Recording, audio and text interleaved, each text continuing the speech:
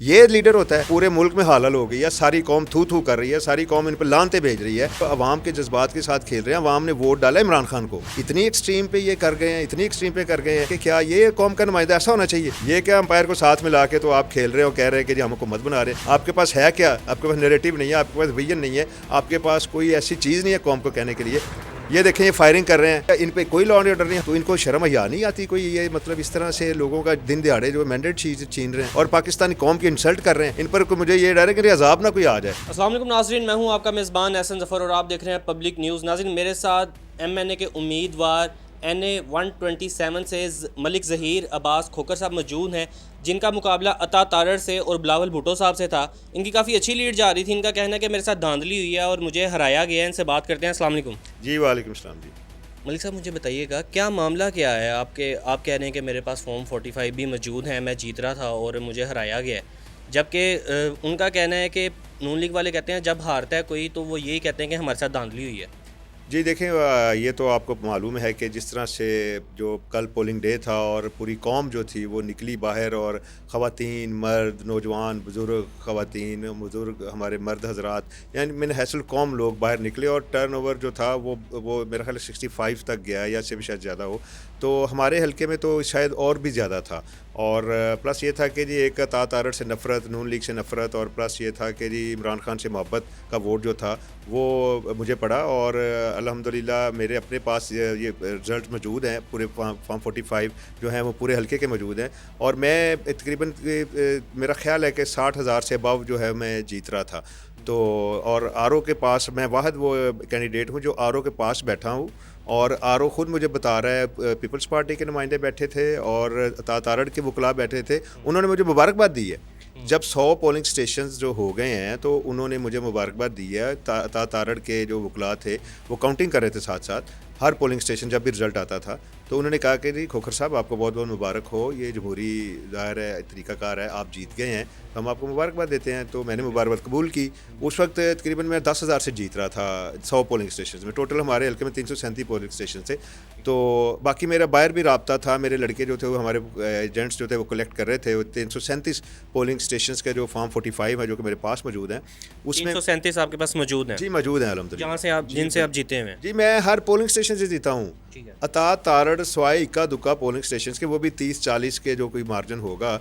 बाकी मैं तो ओवरऑल स्वीप किया मैंने पूरे हलके में। तो ये मैं समझता हूँ कि जो RO ने जो शाहिद जो है उसने बड़ी ज़्यादती की है इस कौम के साथ, हमारे हलका है 127 के लोगों के साथ। और पूरे मुल्क में जो है वो PTI ने और इमरान खान के एतमाद याफ्ता जो कैंडिडेट्स है सबने स्वीप किया है, और मेरे हलके में इनको बड़ी मात पड़ी है। और ये तो इनको तो मुंह छुपाने की जगह नहीं मिल रही थी, लेकिन इन्होंने पता नहीं क्या ऐसा किया है कि वहाँ पे RO ने जो है वो पुलिस बुला ली है, और या उसको कोई फ़ोन आया है। तो मैं नमाज़ फजर की पढ़ने गया हूँ क्योंकि इतनी जगराता था, प्लस ये कि रात सारी बैठे रहे उधर। और मैं तो खुद RO को उसकी हरकतें देख के मुझे मशकूक हुआ मैं कि ये क्या कर रहा है, कुछ रिज़ल्ट क्यों नहीं जल्दी दे रहा। मतलब इतनी देर से बैठे हुए हैं, सुबह के 6 बज गए हैं, तो अभी तक ये कह रहा है कि जी अभी आ रहे हैं जा रहे हैं। वहाँ पे जो प्रिजाइडिंग ख़वातीन थी, मर्द थे, उन्होंने चीखें मारी बाहर जाके कि कुछ हमने क्या कसूर किया है कि आप क्यों नहीं रिज़ल्ट हमारा एक्सेप्ट कर रहे, क्यों नहीं एंटर कर रहे उसको। तो वहाँ पे कुछ देख दो औरतें गिरी भी हैं वो उस पर डिप्रेशन से, और उनको फिर बाकायदा तौर पर पानी वानी पिलाया लोगों ने। और फिर उसके बाद उसने पुलिस वहाँ पे मंगवाई है।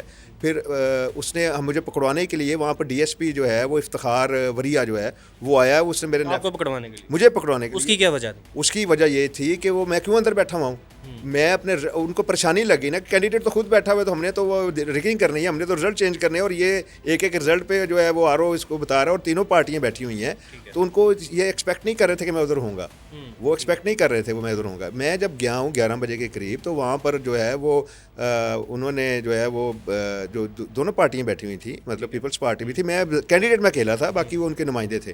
तो उन सब ने जो है वो जब देखा कि जी ये तो खुद आ रहा है, तो उनकी कहीं बाद में DCO की कॉल आई है मेरे सामने। उन्होंने कहा कि बाहर होकर मेरी बात सुने।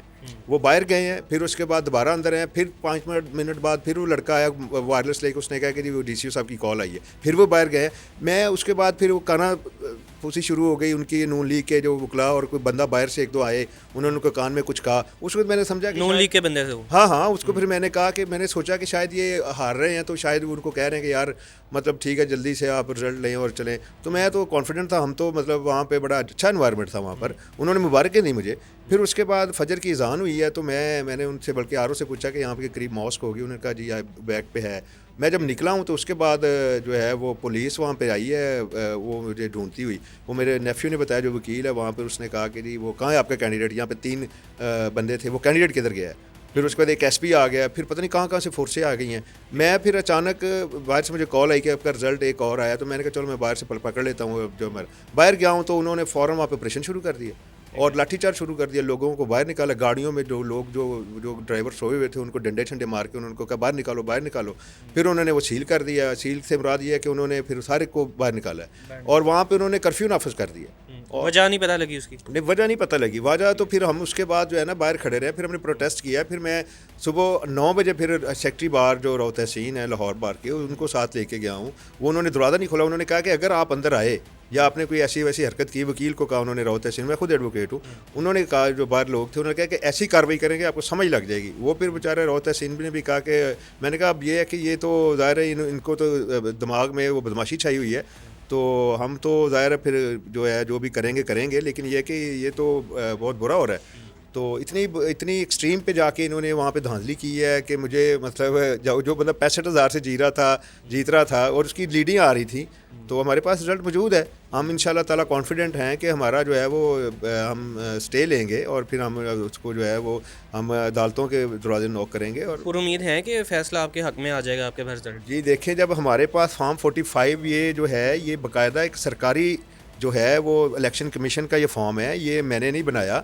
इसकी जब हम बताएंगे, इसका उनके साइन शुदा जो रिज़ल्ट है वो दिखाएंगे और उस पर मेरी लीड होगी। और तारड़ को हर पोलिंग स्टेशन से 500 की लीड पड़ी हुई है, ठीक है। और बिलावल भुट्टो जरदारी साहब जो हैं, क्या वो इसमें वो उनका भी रोल बनता है। और नवाज शरीफ को भी आना चाहिए। वो उसको अब वो कहते हैं ना मैं लीडर हूँ, 3 दफ़ा वज़ीर आज़म हूँ। ये धांधली शुदा अपने MNAs को उठा के लेके कहाँ फेंकेगा, वो बोझ को उठा के। ये लीडर होता है कि जी वो एक धांधली करवा के और जीत के, तो वो क्या ये उसको नहीं चाहिए कि वो कहे कि जी जैसे इमरान खान ने कहा था अली असद मल्ली के बाई इलेक्शन में, खान ने कहा था जो इन्होंने कंप्लेंट की कि जी इस तरह से धांधली हुई है तो खान का दोबारा इलेक्शन कराओ, वो वज़ीर आज़म था। अब पूरे मुल्क में हालत हो गई है, सारी कौम थू कर रही है, सारी कौम इन पर लानते भेज रही है। कोई खुदा के खौफ करें, कोई अल्लाह के अजाब से डरें। इन पर मुझे ये डर है कि अजाब ना कोई आ जाए। इतनी एक्सट्रीम पे ये कर गए हैं, इतनी एक्सट्रीम पे कर गए हैं कि ये तो मतलब अवाम के जज्बात के साथ खेल रहे हैं। अवाम ने वोट डाला इमरान खान को और उसने क्लीन स्वीप किया है, तो अब उसका मैंडेट भी छीन रहे हैं। तो मैं ये समझता हूँ कि ये अल्लाह के अजाब से बचे, इन पर कोई कहर ना नाज़िल हो जाए। बहुत सारी कौमें अल्लाह ने तबाह कर दी हैं जिन्होंने इस किस्म की हरकतें की हैं। आप फ़िरौन से लेके आप तमाम कौमों को देख लें, ये अल्लाह के कुरान पाक को नहीं पढ़ते, तो इनको शर्म हया नहीं आती कोई। ये मतलब इस तरह से लोगों का दिन दिहाड़े जो मैंडेट छीन रहे हैं और पाकिस्तानी कौम की इंसल्ट कर रहे हैं। नवाज शरीफ को शर्म आनी चाहिए कि वो अपने जो बगल में लेके फिर रहा है, अपने जो धांधली शुदा जो इसके अभी बने हैं, तो जिनका वो TV पे आया है, तो इसको शर्म नहीं आती कि क्या ये कौम का नुमाइंदा ऐसा होना चाहिए? उसको नहीं कहना चाहिए मगरों लै जाओ तुसी दफ़ा होने हो, जितनी ताकत है तुसी मेरे को आके खड़े जे। इस लीडर को ऐसे होना चाहिए। होता है इमरान खान इधर, वो कहता कि ये इलेक्शन चाहे उसके अपने बंदे जीतते, वो कहता कि मैं मानते नहीं इस इलेक्शन को। कुछ स्पोर्ट्समैन स्पिरिट भी होनी चाहिए।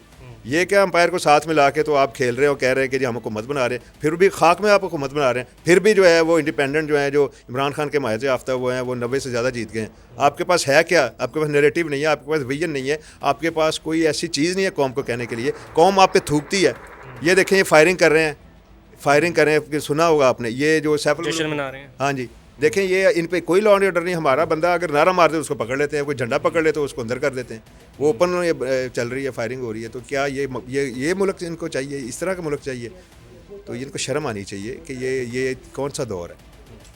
जी नाज़रीन, मेरे साथ मलिक ज़हीर खोकर साहब मौजूद हैं। गुफ्तगू आपने मुलाहिज़ा की। इसके साथ ही अपने मेज़बान को दें इजाज़त। अल्लाह हाफ़िज़।